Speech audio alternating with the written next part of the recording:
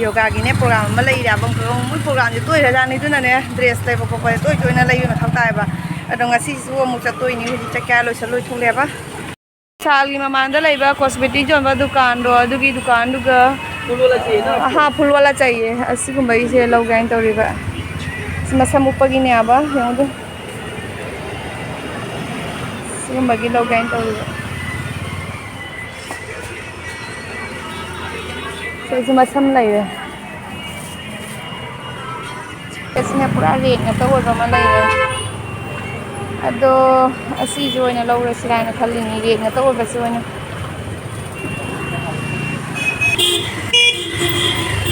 ꯖꯨꯝꯀꯥ ꯃꯌꯥꯝ ꯑꯃ ꯂꯩꯔꯦ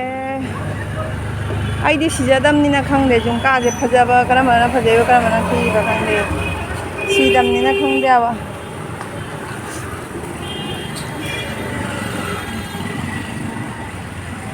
ꯑꯃꯨꯛ ꯑꯃ ꯑꯩꯅ ꯂꯩꯔꯛꯄꯗꯨꯁꯨ ꯑꯃꯐꯥꯎ ꯁꯤꯗꯉꯩꯒꯤ ꯑꯗꯨꯝ ꯂꯣꯏꯔꯦ ꯑꯁꯤ ꯃꯤ ꯌꯥꯝ ꯁꯤꯟꯅꯕꯅꯦ ꯑꯁꯤꯒꯤꯁꯦ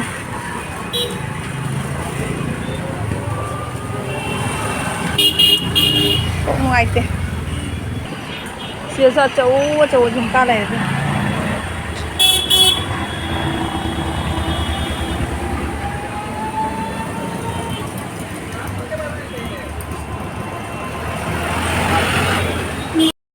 ꯃꯥꯗꯔꯕꯣꯔꯗ ꯌꯥꯝ ꯆꯪꯒꯅꯤ ꯑꯩꯒꯤꯗ ꯀꯩꯅꯣ ꯃꯥꯗꯔꯕꯣꯔꯗ ꯑꯗꯣ ꯑꯩꯒꯤ ꯍꯦꯗꯐꯣꯟ ꯌꯥꯗꯕꯗꯣ ꯍꯦꯗꯐꯣꯟꯗꯨꯒꯔꯣ ꯅꯝꯕꯝꯁꯤꯗ ꯌꯥꯝ ꯆꯪꯒꯅꯤ ꯑꯗꯨ ꯕ꯭ꯂꯨꯇꯨꯠ ꯍꯦꯗꯐꯣꯟ ꯑꯣꯏꯕ ꯌꯥꯏ ꯃꯌꯥꯝ ꯑꯁꯤꯒꯤ ꯐꯤꯁꯦ ꯑꯣꯏꯅ ꯂꯧꯔꯦ ꯑꯁꯤ ꯐꯤ ꯀꯣꯇꯣꯟꯅꯦꯕ ꯑꯗꯨꯒ ꯃꯤꯇꯔ 2ꯈꯛ ꯂꯧꯔꯦ ꯃꯨꯅꯤ ꯈꯣꯡꯒ꯭ꯔꯥꯎ ꯇꯨꯕꯩꯗꯣ ꯑꯁꯤꯒꯨꯝꯕꯒꯤ ꯀꯩꯅꯣ ꯐꯤꯇꯥ ꯀꯩꯒꯤꯅꯦ ꯑꯁꯤ ꯂꯦꯁꯁꯦ ꯈꯔꯒ ꯂꯧꯒꯅꯤ ꯁꯤꯒꯅꯦ ꯒꯣꯜꯗꯦꯟ ꯀꯂꯔꯒꯤ ꯊꯤꯕ ꯑꯗꯨꯒ ꯃꯆꯨꯁꯦ ꯌꯥꯎꯗꯦꯕ ꯏꯆꯝ ꯆꯝꯕ ꯉꯥꯛꯇ ꯑꯣꯏꯕꯩ ꯋꯥꯅꯤ ꯁꯤꯁꯦ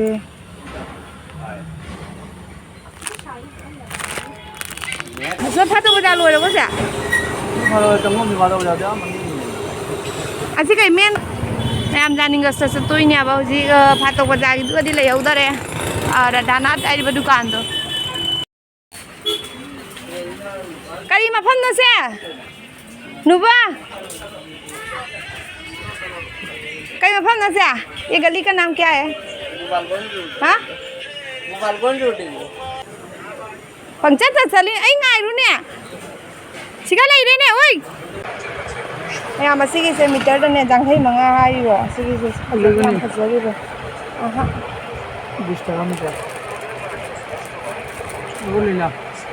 metre 30 na asina meter da kuntra online sina meter da kuntra sigi am song mani gare sigi ko besi boro yesi mucho boro yesi masigi se meter da lupa tara haiba aduga asigi sina kone ki mafam jiga loina zol leba এগুলো 200 बोले 200 আর টাইনোগু দেখি টাইনোগু সিগাসু মোতি করি করা লয় প্রমাক জোলেস দা এগুলো 300 আমি বেশি লইতো না 50 টাকা দিলাও না 25 নিচে কাটনো না জানে রুদ্রাক্ষ ই ই সাইজ আসিকি সাইজ কি নে লওগে ও আমি গনিয়া লইতাম তোমার কত লাগে বেশি লাগে নি আর দোকান নাম কি संध्या एंटरप्राइज संध्या इंटरप्राइज ये गली का नाम क्या है बड़ो मस्जिद रोड की ने संध्या इंटरप्राइज है कहीं मायने दुबई लौबने अब पूरा मग लेरे लेसु लेरे या मसीसु लेरे इचान पिना हमने पामजब फोने से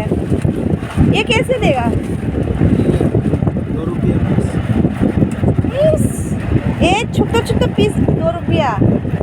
सीसु लोगे पूरा तो लो तो ना পুরা না যতক্ষণ লাগে দিয়ে দেবো কম লাগলে কম দেবো 10 টাকা দিব না 10 টাকা দে वन टाइम यूज तो बच्चा स्कूल होगा तारपरे से ꯑꯁꯤꯒꯤ ꯁ꯭ꯇꯥꯔꯁꯤꯁꯨ ꯂꯧꯗꯣꯏꯅꯦꯕ मीटर क्या लो लेना मीटर 2 तो 2 मीटर दे लो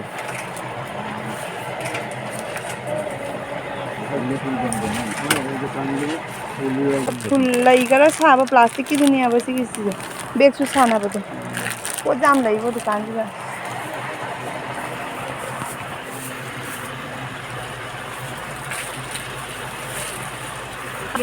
खंदे लंग बैग साबगी लंग नाइलॉन की लंग सफल लो हमारे X160 आई की जाए को आज के पोत खरा लौगी सिने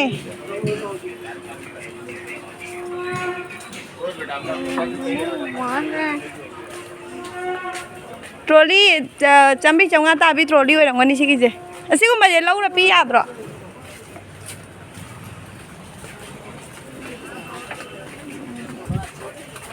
balon jamba dukan am tang lepu balon jamba dukan am telepu ngai ko khungrum tang jeng na कितना पिए ऐसे भी है बेसी सुतो শুনুন আপনি এটা টান দিন বল না বল লাগেন না এটা টান দেন ঠিক হয়ে যাবে না না না এটা টান দিলে হইছে বুঝলি এটা একখানা আটকে রইছে না Ono kalaran na inan. Kaya foto kita. याम फजरी को कौन लाख से दाम को तो करिया दाम को तो करिया 300 संगो में खुआए तारा कनी मसे ना कौन होई करना ओ गेसेगी पैसा वाला गेसेगी किस पावंग करे भाई आई असी चारो असी तो काय हबो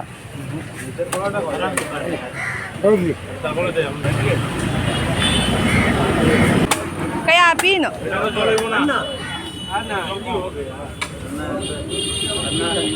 lang thuốc ăn hôm ra chúng giờ khó là sao nào vậy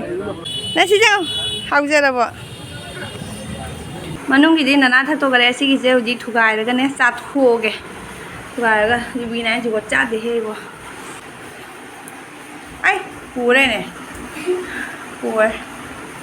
này xí vào thằng thằng ngâm đấy à chẳng muốn mấy thằng ngâm gì không để coi là na gì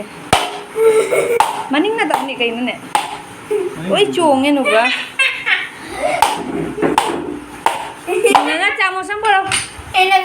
nana chamo sambal ate kita nang bag ya masih khot laga saga ni school lagi hale aduga marking asagi masam ko pai da sigi joina porai ni nu amaduga sigi sina phajai ko ma ango boda phajade ko di phi duna sida lai re phi je khungau tu boda hore nu hola ke mayam da su dagi be ki phi je kutang ma kai nu ne chahum mai dagi wholesale ge ina han ba changu ba